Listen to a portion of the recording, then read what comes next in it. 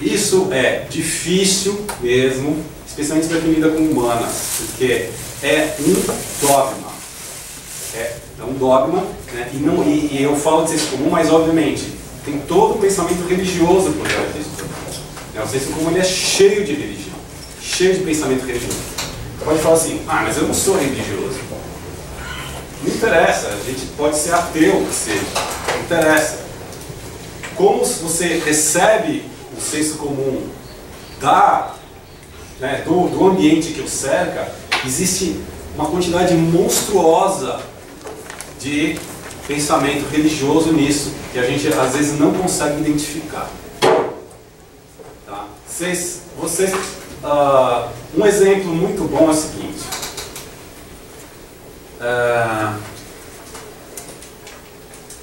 Como que o senso comum digere a questão científica?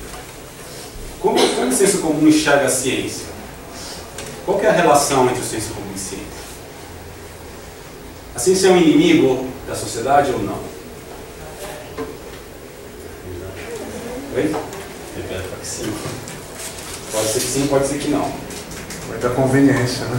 No momento, a conveniência para aquela sociedade, o modo que é apresentado, né? A questão política. Tá. Agora, a mesma coisa para a tecnologia, vamos dizer assim, né? Ou seja, a ciência aplicada a coisas práticas, né? A tecnologia.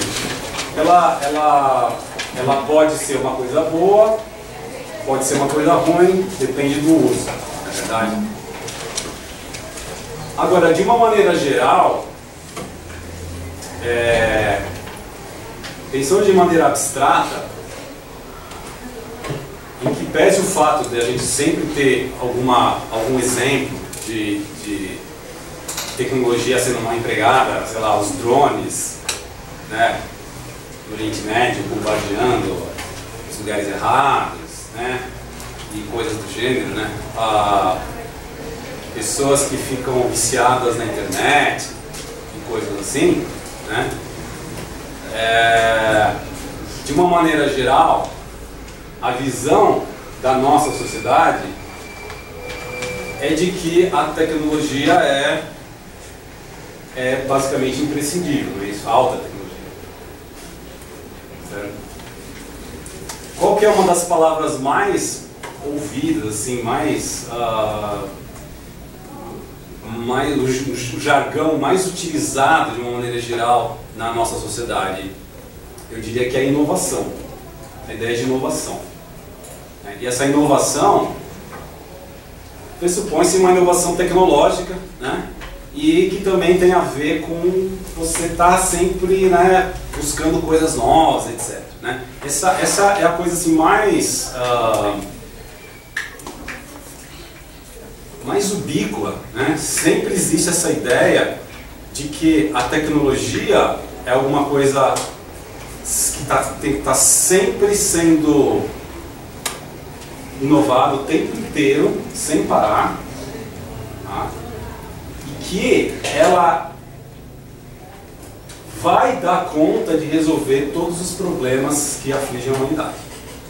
A solução, ela é, via de regra, tecnológica. Assim, é muito absurdo isso que eu estou falando? A gente pode generalizar isso assim como uma ideia geral do que é a tecnologia para as pessoas de uma maneira geral, né? Uma série de problemas que você tem hoje, eles são solúveis pela tecnologia, basicamente, né? E isso, o que essa...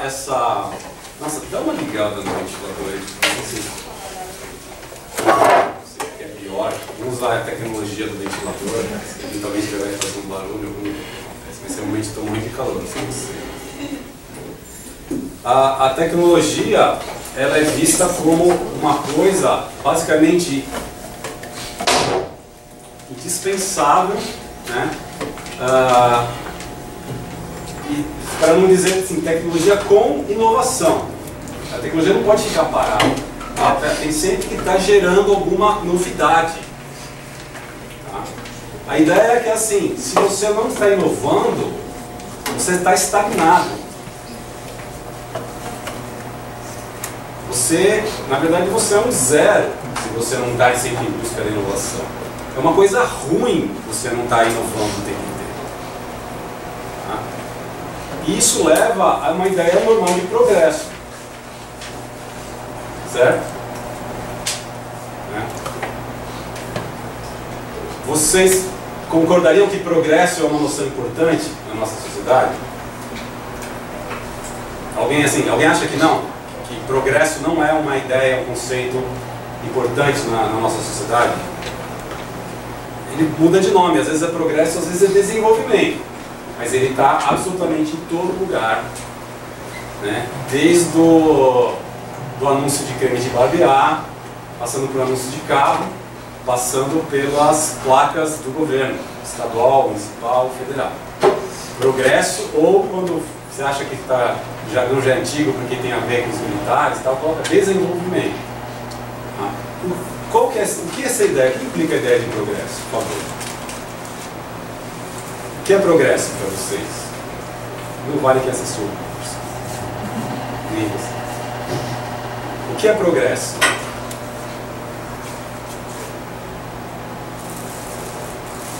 Não, pode falar, faz um sinônimo então de progresso. Uma palavra, progresso é tipo melhorar com o tempo. Melhorar com o tempo. Quem concorda e quem discorda? Acho que é a definição ótima, né? Alguém discorda da definição de progresso é melhorar com o tempo? Aprimorar a tecnologia. Aí seria progresso tecnológico, né? Mas vamos pensar em progresso enquanto a coisa geral. Eu uso muito usado no discurso de evolução. Oi? Evolução. Discursivamente é muito usado. Boa colocação. Boa colocação. Progresso com a melhoria, né? Com a evolução.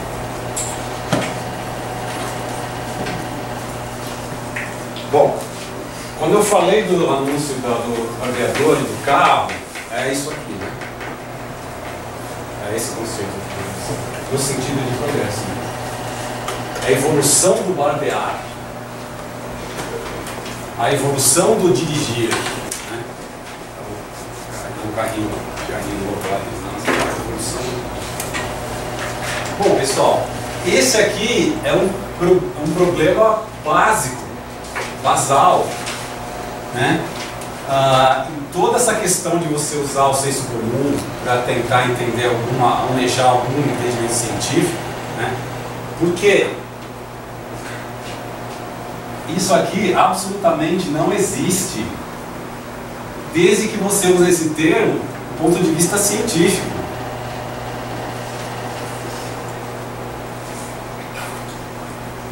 Porque a evolução é simplesmente variações no pool genético e no fenótipo de populações ao longo do tempo. É só isso.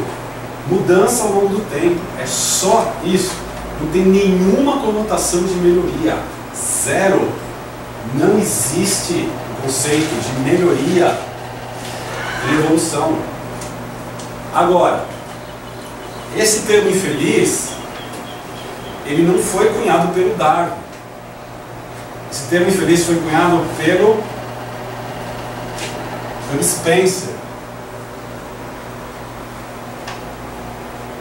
que era um pensador do inglês do século XIX, contemporâneo a Darwin, Herbert Spencer. E o Spencer usava o termo evolução. Herbert Spencer. Ele usava o termo evolução, sim, nesse sentido. Então, do ponto de vista spenceriano, sim, isso aqui é igual. E era essa ideia do século que teve o auge do vitorianismo, na época vitoriana, na Inglaterra do século XIX, que a sociedade ia melhorando no tempo. Então o conceito de evolução era realmente de melhoria. Tem a ver com civilização também. É isso, tem a ver com o conceito de civilização. O Darwin não usou evolução, ele usou um outro termo muito mais chato, muito mais longo, que era descendência com modificação.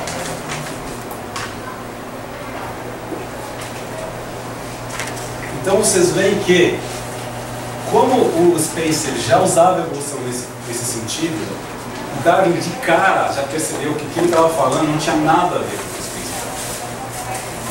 Ele estava falando do quê?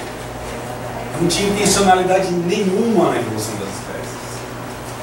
Em que pese o fato, e a gente tem que tirar o chapéu do Darwin várias vezes, em que pese o fato de que não só ele estava totalmente imerso no senso comum da sociedade vitoriana, ele fazia parte da elite inglesa do século XIX, como ainda por cima ele era filho de pastor anglicano.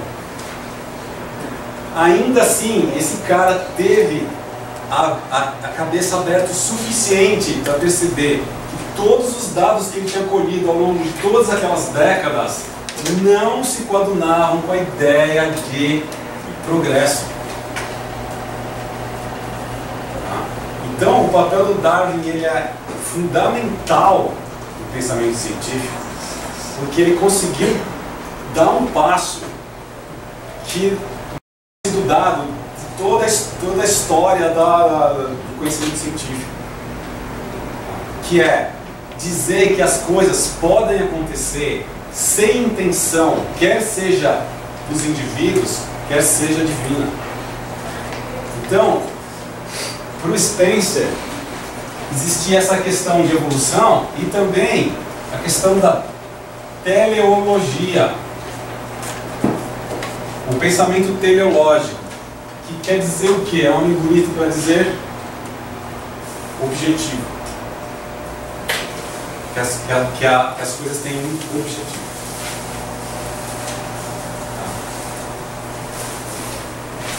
Quando a gente pensa nesses conceitos de progresso, melhoria, obviamente eles são absolutamente teleológicos. É como se você tivesse um objetivo final, vai chegar em alguma coisa, vai chegar na sociedade perfeita, vai chegar no humano superior, né? E esse pensamento, mesmo que a pessoa seja ateia, ele é radicalmente, profundamente religioso. Então é um pensamento absolutamente religioso que é travestido, né, de filosofia, vamos dizer assim, ou de pensamento científico, porque o Spencer ele é um dos pais da antropologia, tá? E ele é extremamente importante. Né? O Spencer, a gente não deve também descartar o Spencer como um mané. É um cara de um conhecimento espetacular, enciclopédico, conhecia muita coisa, né? Foi um grande filósofo do século XIX, tá? Figura importantíssima. A diferença entre Spencer e Darwin é que o Spencer não conseguiu dar esse passo. Ele continuou no senso comum do século XIX, que na verdade, pessoal, é basicamente o mesmo senso comum nosso, que pesa em diferenças que agora passaram duas grandes guerras, né? E essa noção de que as coisas estavam sempre melhorando, tomou um baque forte. E também a época vitoriana acabou, né? E a Inglaterra perdeu as colônias, etc. Então assim, a ideia que esse pessoal tinha de história era basicamente, pode-se dizer, a ideia de fim de história. A história já tinha acabado, já tinha chegado no vitoriano do século XIX, era o máximo, entendeu? Só precisava fazer alguns ajustes, mas basicamente eles eram o ápice da humanidade, tá? E hoje em dia não existe mais essa coisa de determinado grupo, de determinado país se sentir o ápice da humanidade. Ou existe?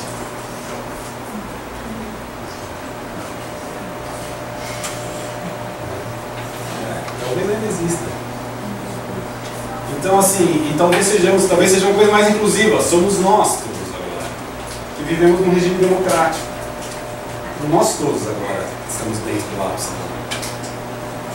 Precisa fazer alguns ajustes, mas, pelo amor de Deus, estamos muito melhor do que a escolha. Escolha a época. Qualquer época nós estamos muito melhor do que a Idade Média, do que aqueles índios. Qualquer coisa, nós estamos muito melhor. Por quê? Porque aconteceu um progresso. Né? Houve progresso e vai haver cada vez mais. As coisas vão melhorar cada vez mais. Agora, a pergunta é, assim como a noção de agência, o progresso ele é empiricamente observável?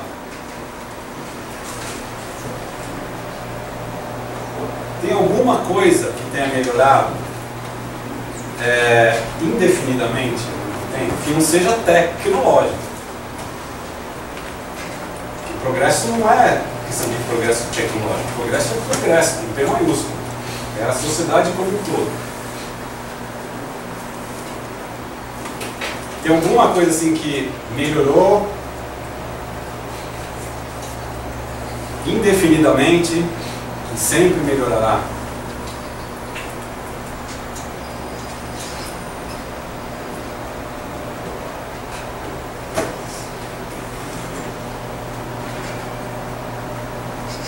Uma resposta mais comum é ensinar a medicina, né? Bom, que é uma técnica. Os avanços da medicina. Beleza. Basicamente, os avanços da medicina são corretos, traz o prejuízo que a própria sociedade que gera a medicina gera. Né? Todos os problemas relacionados à má alimentação, consumo exagerado de agrotóxicos, toda a medicalização, né? Todo o fato de você inventar doenças novas para vender mais remédio, todas as toneladas de remédio que são consumidas indevidamente vão todas para o rio, todas para a água tratada e depois as outras pessoas tomam.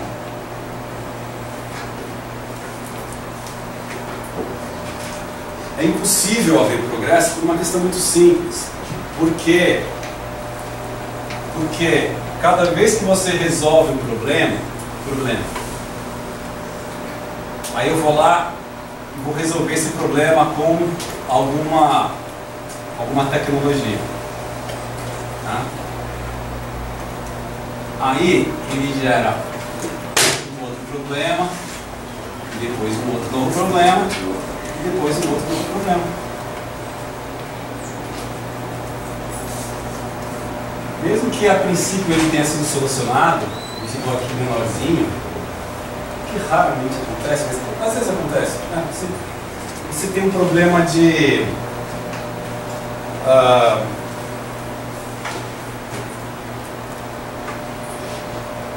você tem um problema de poluição, né? Ou de excesso de animais, excesso você tem uma praga, né? A praga está aqui. Você tem uma praga. E aí você fala assim, já sei como é que eu vou me livrar desses coelhos do inferno. Eu vou colocar raposas. E assim, está lotado de casos. Lotado de casos, sem fim, de ideias maravilhosas para resolver problemas que geraram mais um monte de coisa. Então isso aqui é um negócio sem fim.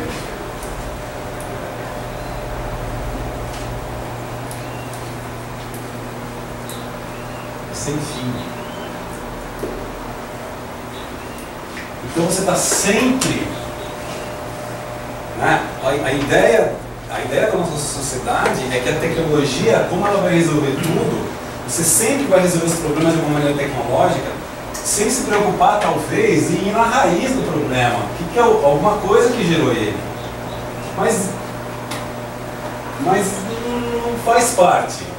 Porque o nosso senso comum, ele só trabalha daqui para lá. O nosso senso comum, da nossa sociedade, específico da nossa sociedade, ele não está voltado para essa questão basal. Ah, o problema da fome na África, fome no mundo. O efeito estufa. Tem soluções mais mirabolantes para o efeito estufa, tipo máquinas, árvores artificiais.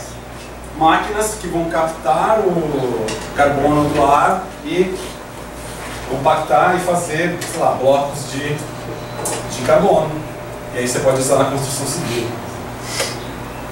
Essa máquina funciona como, amigos? Qual a matriz energética? Quanta energia você gasta? Não, mas plantar árvore ou diminuir o desmatamento é uma solução muito mequetrefe. A gente consegue muito mais, entendeu? É muito mais legal você pensar em alguma solução. Quer outra coisa? É uma coisa chamada geoengenharia. Ah, aquecimento global? Tudo bem. Vamos fazer uma bactéria geneticamente modificada, você joga ela na água do mar e ela tem um processo que coleta o carbono do oceano, você entendeu? Vira não sei o que lá. Vocês podem imaginar o que é fazer um organismo geneticamente modificado para jogar na água do mar, para ver se você diminui o carbono? Você pode imaginar assim, a loucura disso, mas é pensado assim como uma alternativa real. É uma alternativa real. Não é que o pessoal é louco. É que eles estão pensando desse jeito. Mas aí esquecendo disso aqui. Para aqui, ó. Problema, tecnologia. Então só por isso aqui, só por esse esquema de pirâmides aqui, é impossível você ter melhoria, porque toda hora que você melhora alguma coisa, você cria novos problemas, que provavelmente vão fazer com que haja uma piora de alguma outra coisa. Aquela que você resolveu, entre aspas, pode até melhorar, mas vai ter uma consequência da sua ação, provavelmente vai piorar a outra. Então já logicamente impossível. E segunda coisa, entra no mesmo esquema da agência. Por quê? Eu acho que é progresso, porque tem uma seta para cima, mas aí o meu vizinho acha que isso aqui é regresso. Por exemplo, uma discussão simples. O condomínio que eu moro fica aí do lado de Cotia e a rua de terra. E tem gente que comprou a casa no condomínio porque a rua é de terra. Porque acha bacana a rua de terra. E aí tem uma guerra civil no condomínio, porque tem gente que quer asfaltar a rua. E aí o que é? Progresso ou é regresso? O que acontece lá se asfaltarem a rua? É progresso? Bom, para uns é, e para outros não é. Então é impossível. É impossível, não só logicamente, mas é impossível do ponto de vista social, você ter progresso. No entanto, progresso é o que move a nossa sociedade. A noção de progresso é um mito fundador. Talvez eu esteja sendo um pouco radical aqui, mas se a gente pensar na nossa sociedade, a nossa sociedade eu defino como uma sociedade industrial. Vamos pegar desde a Revolução Industrial até agora. Tá? É o mito fundador da nossa sociedade. Se a gente fizer esse corte, vamos dizer, não tão arbitrário, mas pensar nossa sociedade como a sociedade industrial, diretamente ligada, né, à Revolução Industrial da Inglaterra, o mito fundador da nossa sociedade é o mito de progresso. E ele absolutamente não se verifica. E todo mundo tem a impressão que ele existe. Vocês já nascem ouvindo falar nisso. Vocês já nascem ouvindo falar que existe progresso. É uma coisa real. E você vota nos políticos porque eles falam que vão fazer o país se desenvolver. É esse nome. Desenvolvimento é sinônimo de progresso. Então, nenhuma sociedade está livre disso. Às vezes a gente tem a impressão de que assim, ah não, as sociedades, sei lá, indígenas, tribais, então, sei lá, os muçulmanos, sei lá, né? Eles têm lá os mitos deles, etc. Mas nós somos, super racionais, né? Vivemos numa sociedade tecnológica, etc. Que é absolutamente regida por um mito. Absolutamente regida. Então, na hora que você... Qual que é o antídoto para isso? Bom, o antídoto para isso é isso aqui. Se você entende sociedades deste jeito, né, você está numa tradição acadêmica. Beleza. Né? O problema é que ela é baseada não só no mito, como ela não é verificada empiricamente, porque não se verifica progresso empiricamente, não existe. Em nenhuma instância. Você pode ter coisas assim, ideias altamente legais. Uma delas que eu posso dizer é bicicleta.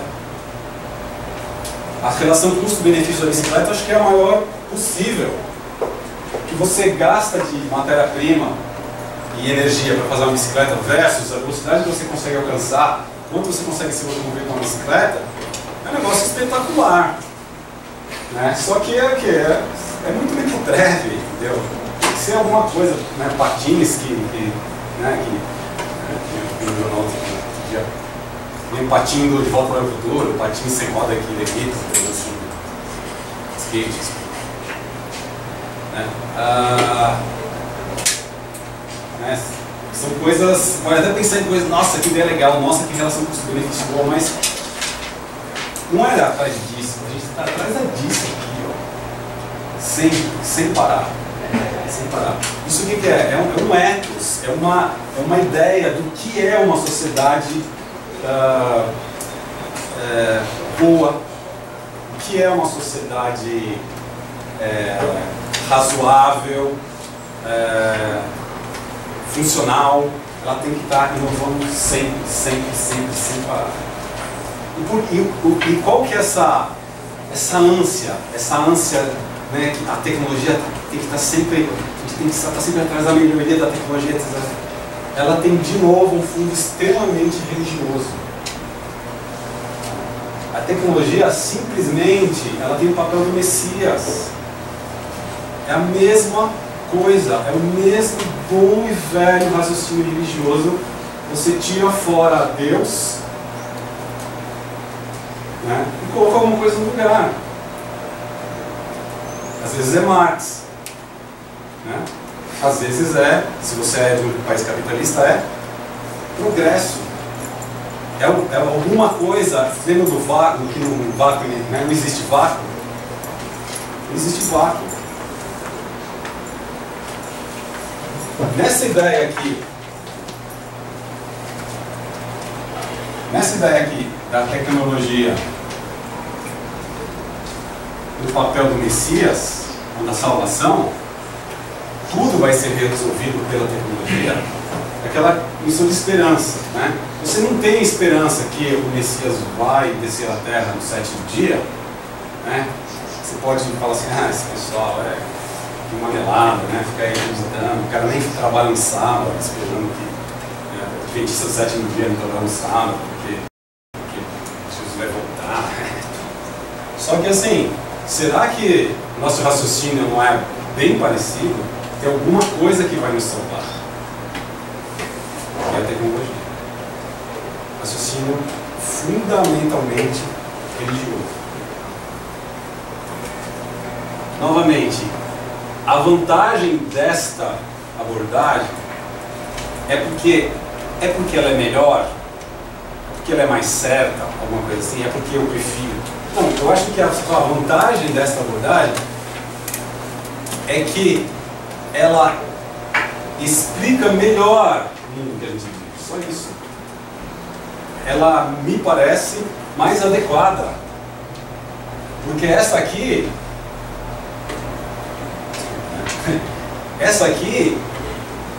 para mim, está no domínio da religião. Porque como você não tem nenhuma evidência empírica de que isso aqui exista, ela só existe no senso comum. Que, como boa conjunta de retalhos, é coalhada de ideias religiosas no meio, mesmo que as pessoas não identifiquem como uma ideia religiosa. Mesmo uma pessoa sem plateia. Agora, se você usa um paradigma científico, então, quer dizer que você é super, entendeu, super bacana e está livre dessas coisas, etc. Não, porque aí você, né, a tecnologia, Messias, a tecnologia mais ciência. Você pode achar que a ciência é o Messias, e que ela é objetiva e que ela vai resolver os problemas do mundo. É mais ou menos, eu acho que é a visão do Daniel Dennett, né, que fica escrevendo livros contra a religião, meio que assim, tá, mas também fica pregando, né? Deixa as pessoas serem religiosas, né? Não adianta ficar pregando contra a religião como se também a ciência fosse resolver tudo, porque se você acha que a ciência é a solução de tudo, você só mudou o nome. Ciência é Deus para você. Ciência nada mais é que, lembra da definição da aula passada? É uma atividade humana. Não vai resolver os problemas da humanidade também. É uma atividade humana.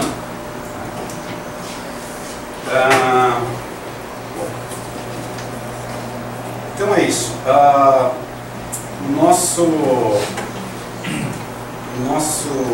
Então por isso a ciência não é vista basicamente pela sociedade industrial. Ela não é vista como um inimigo do senso comum, mesmo que ela compita no senso comum em algumas áreas. Primeiro porque ela reina nas disciplinas que não tem nada a ver com humanidade, né? Ela reina na física, na química, nas hard sciences, né? Na engenharia e assim vai, e tem um papel muito pequeno nas humanidades. Então tá beleza, então chegou num acordo, né? Então não tem problema. E segundo, porque como ciência está ligada à tecnologia, e a tecnologia é o que nos salva, ela é vista como necessária. Então, mesmo que as pessoas se lixem para a ciência de uma maneira geral, né, desde que a ciência esteja produzindo traquitanas, tá?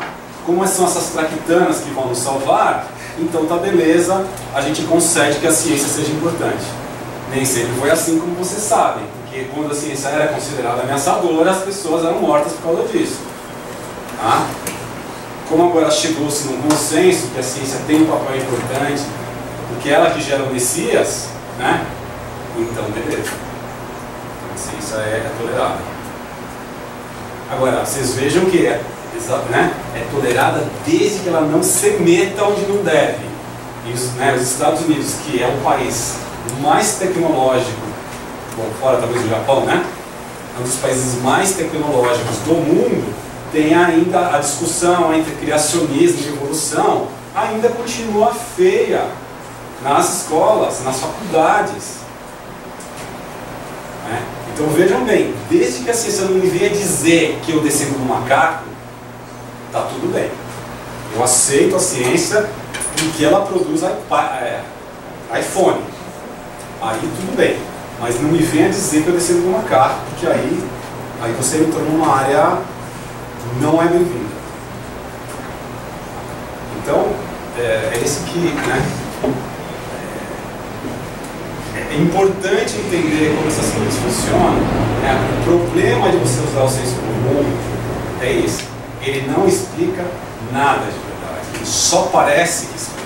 Mas se você for um pouquinho mais crítico, um pouquinho mais fundo, você vê que ele não explica absolutamente nada. Tem outra função que a gente já viu por aqui. Não uma explanação científica. Bom, vou fazer um intervalo de 15 minutos. Os outros conceitos.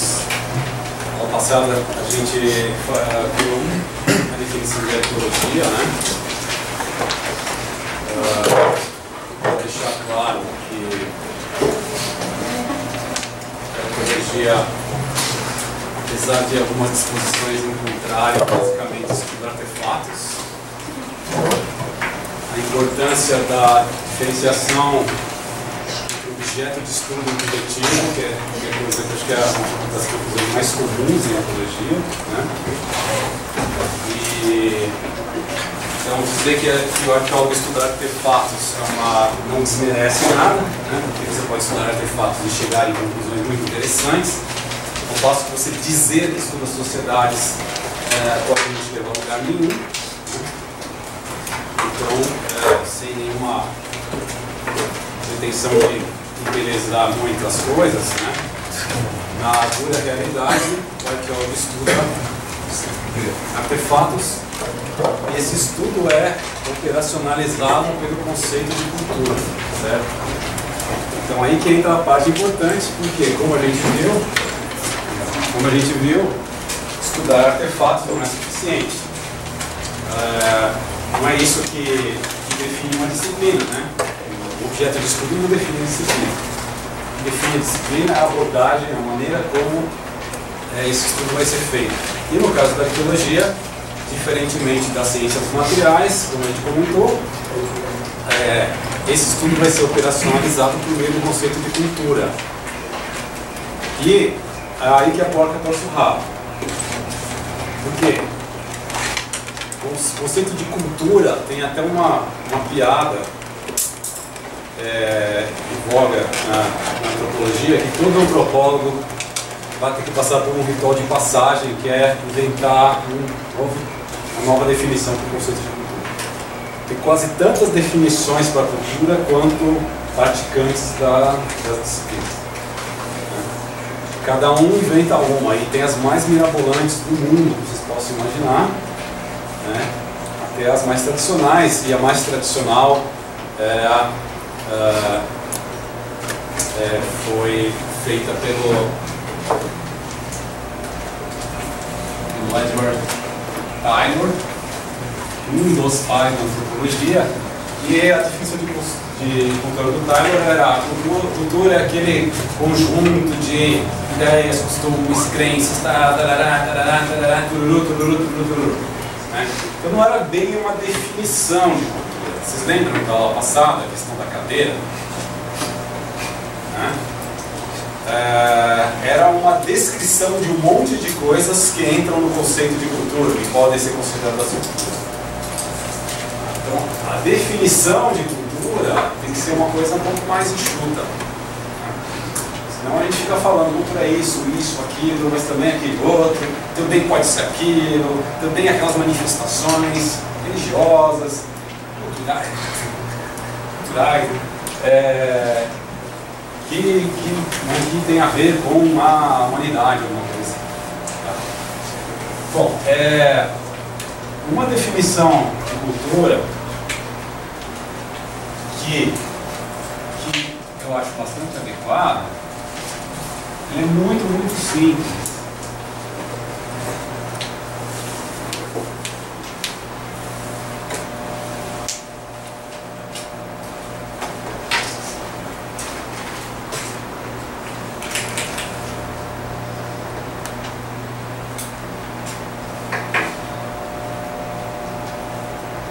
Por exemplo, essa.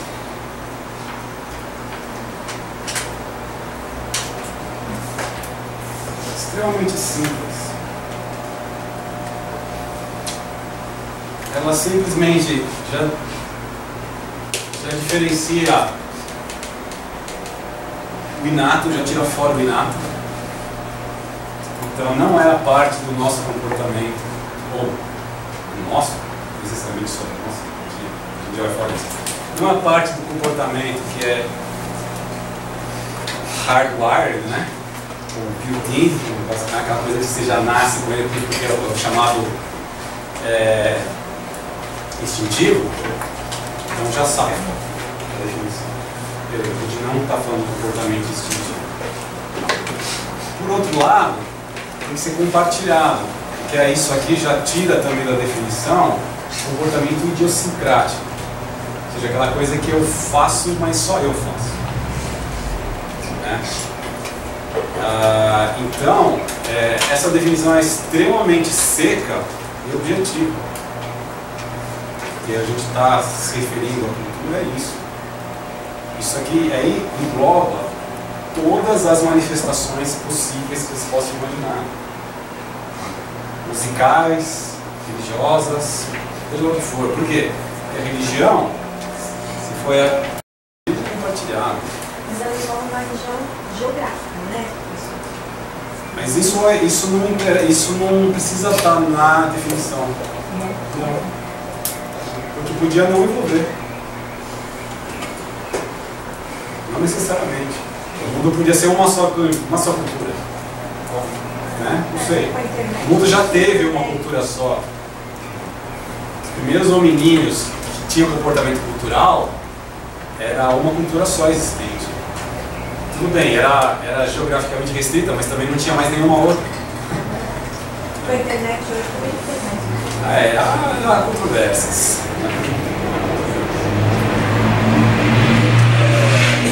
Então, música,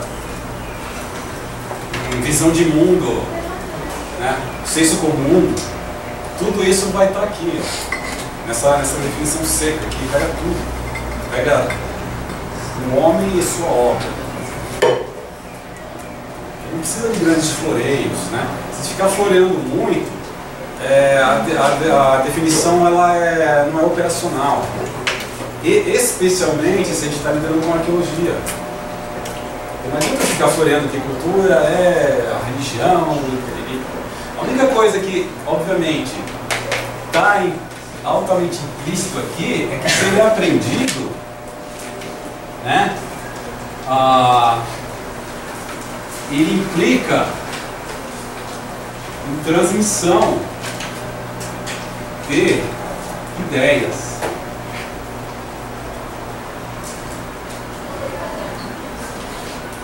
Né? Então,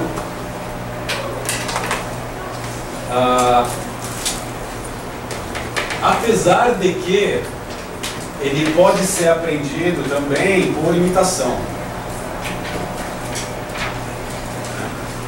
mas a gente tem que pensar que mesmo que seja por imitação, ninguém me passou aquilo verbalmente, eu só imitei, eu tive a ideia de imitar. Eu não tinha a ideia da coisa. Tem que ter um processo mental. O que são as ideias? É um processo mental. Tem um processo mental envolvido. O indivíduo, ele tem que ter algum processo mental que faça ele, no mínimo, imitar o que ele está vendo. Então não pode ser um ser desprovido de ideias. Com isso eu estou dizendo que é humano?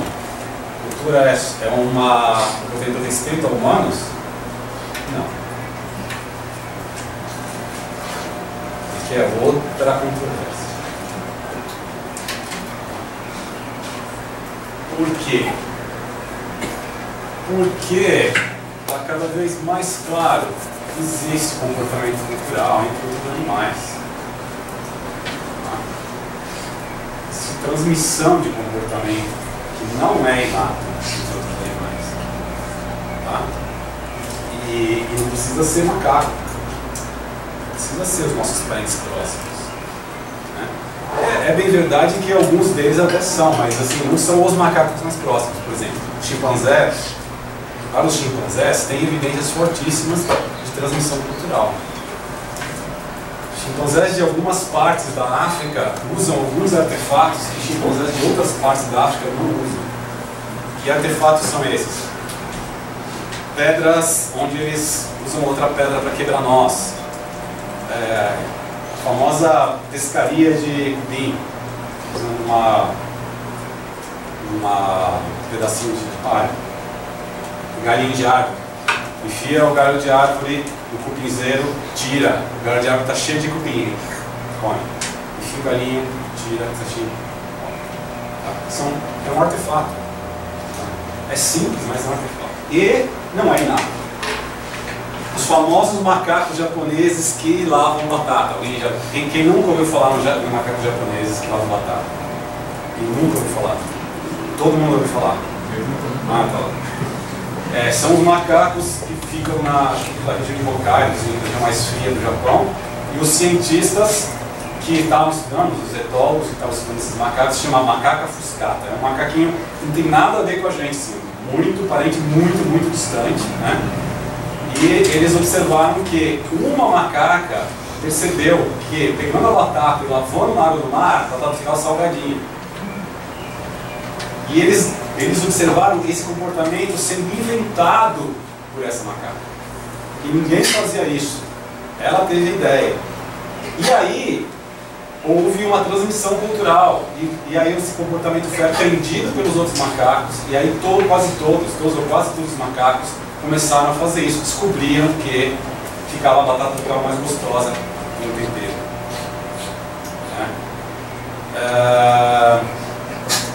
Os macacos que são mais, vamos dizer assim, hábeis em usar artefatos, na verdade, são os macacos prego. Novamente, muito longe de nós na linhagem evolutiva, muito distantes. Tá? E são esses que ficam aqui no Pico do Jaraguá, esses macacos super malandros, né, que vão lá, às vezes roubam a comida das pessoas, ameaçam as pessoas, a pessoa solta comida. Né? Esses macacos são extremamente inteligentes, né, e usam artefatos com frequência. Né? Quebra-boquinhos, lascam pedra, tá? Fazem umas lascas, né? No Piauí, por exemplo, tem gente estudando os macacos pregos que lasca, tá? E é comportamento transmitido, tá? Golfinhos também, bicho em geral. Claro que existe novamente um movimento considerável, né, de gente que fala que isso não é cultura, não pode ser cultura, não é cultura, não pode ser. Por quê? Porque cultura só humanos têm. Né? Mas, assim, novamente, você já dentro do terreno religioso. Né? Se você não quer dizer que o bicho tem comportamento aprendido, transmitido, né, não é inato, e ele usa aquilo para sobrevivência, né?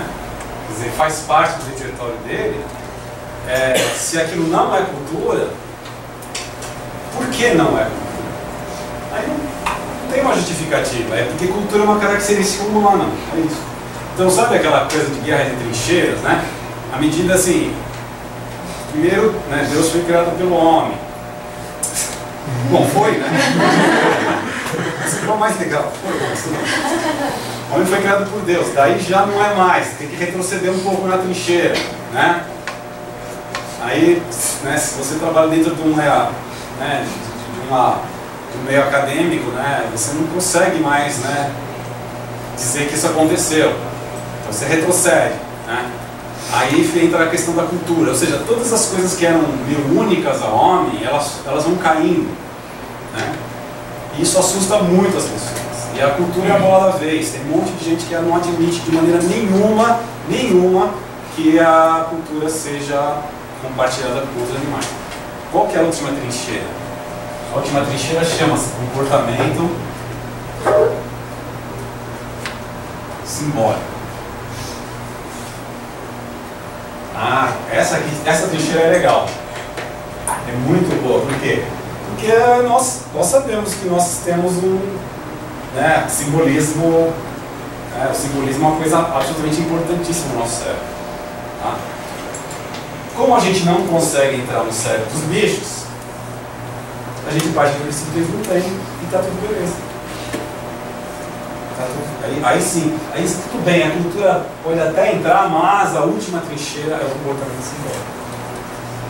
Tudo bem, então vamos definir o que é comportamento simbólico, o que é simbolismo. Aí tem várias coisas. A teoria da mente, por exemplo. A teoria da mente é assim: é você imaginar o que o outro pensa de você. Né? Isso é só os humanos têm. Aí os caras fazem lá umas experiências com chimpanzé que, né, dentro de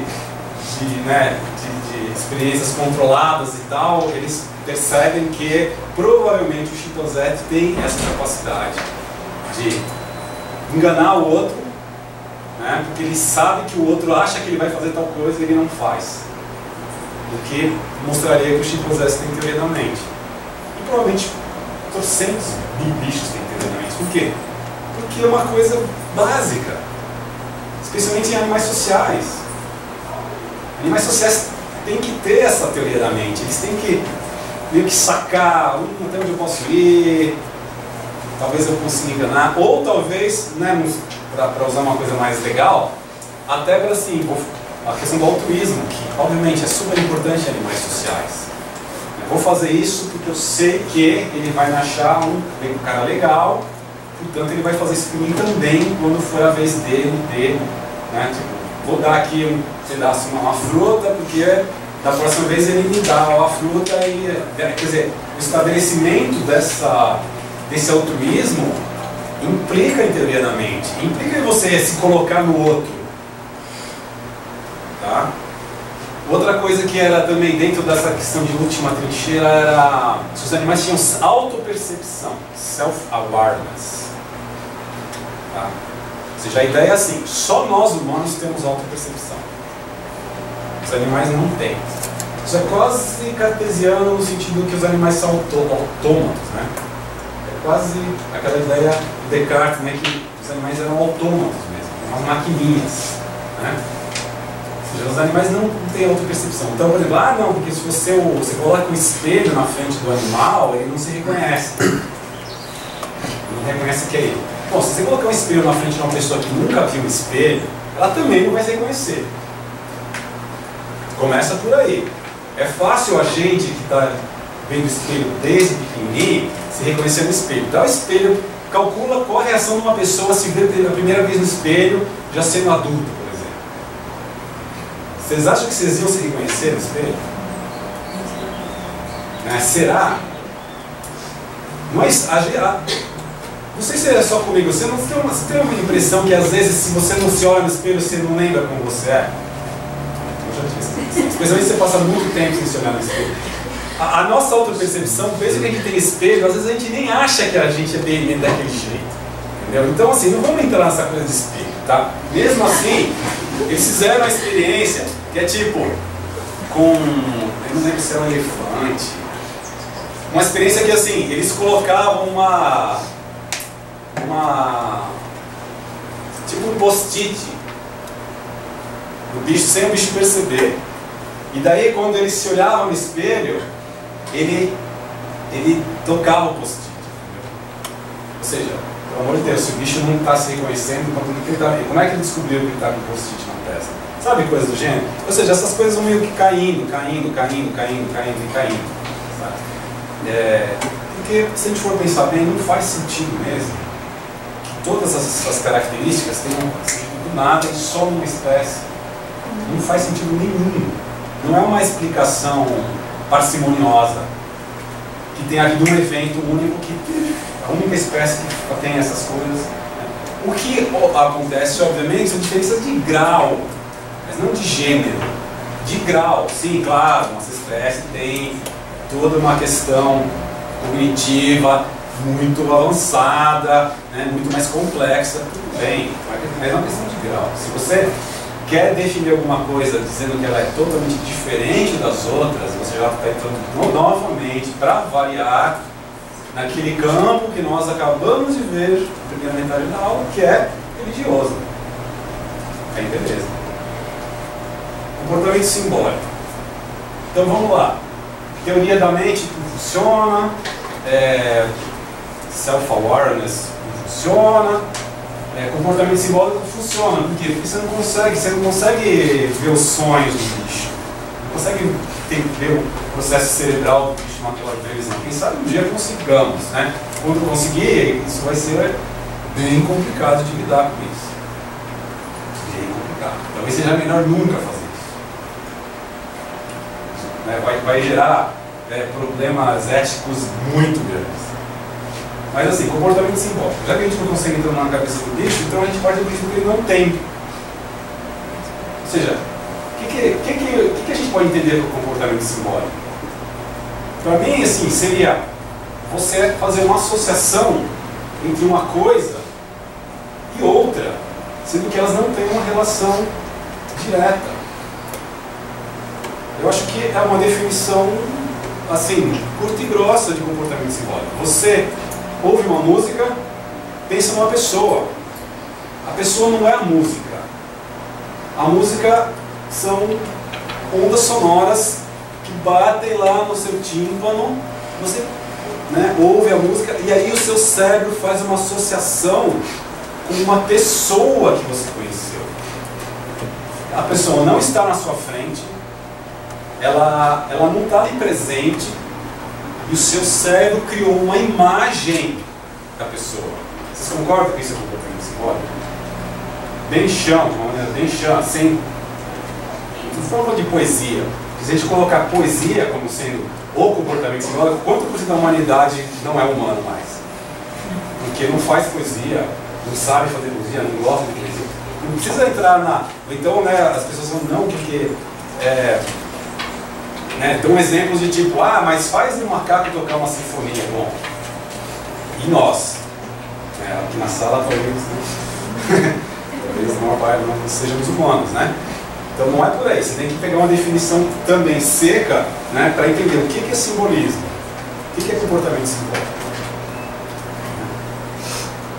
Você recebe um estímulo e no seu cérebro é formado um símbolo de algo que não é relacionado diretamente àquele estímulo. Forma-se uma imagem no seu cérebro, uma conceitualização, uma imagem mental de algo que não tem a ver com o estímulo. Vocês concordam com isso? Mas no caso, por exemplo, de uma pintura parietal, que, por exemplo, no sítio pré-histórico, não se tem a menor ideia qual é a relação daquela pintura com não, mas o fato de você não ter relação, você encontrar arqueólogo não saber qual a relação, não tem problema, mas o cara que estava fazendo sabia.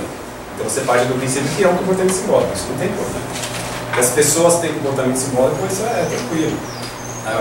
A ideia é assim, definir. Eu proponho uma definição de, sei lá, simbolismo, comportamento simbólico, seria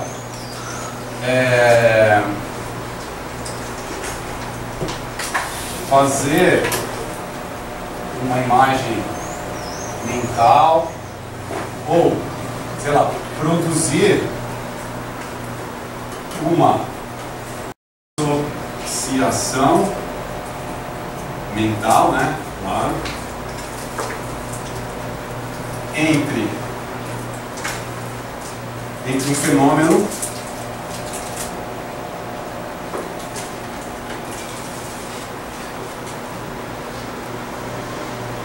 e o outro, entre um fenômeno e outro, sendo que os dois não estão relacionados.